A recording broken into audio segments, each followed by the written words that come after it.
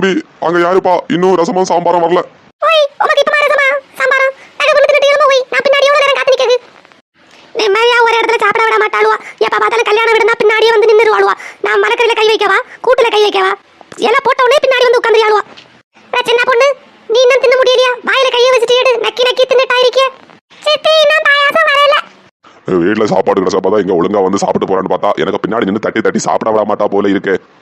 ஓய் நீ சாப்பிட்டது போதும். ஓய் எழும்பா. அப்பா பாயாசம் கொண்டு வாருங்கப்பா. என்ன பாயாசத்துக்கு இவ்வளவு பப்படம் வச்சிருக்கணும்? நான் ரெண்டு கொஞ்சம் ஆட்டை போடலாம்னு பார்த்தா அவ கையிலேயே வச்சிருக்காளே. நீ என்ன சாப்பிட முடியல?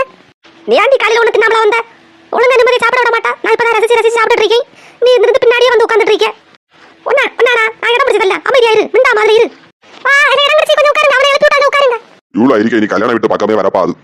எடா சாந்தி தின்னுட்டு எழும்பி போ. எல்லாரும் முடிஞ்சாச்சு. கைகளோ போகணும். நீ மட்டும் என்ன பண்ணிய? சித்தி இன்னும் வெள்ள பாயாசம் போடல. வெள்ள பாயாசம் பூந்தியும் சாப்பிட்டு நான் பைய போறேன். வெயிட் பண்ணுங்க. ஏப்பா அங்க யாரு வெள்ள பாயாசம் கொண்டு இவ்வளவு தலையில ஊத்து?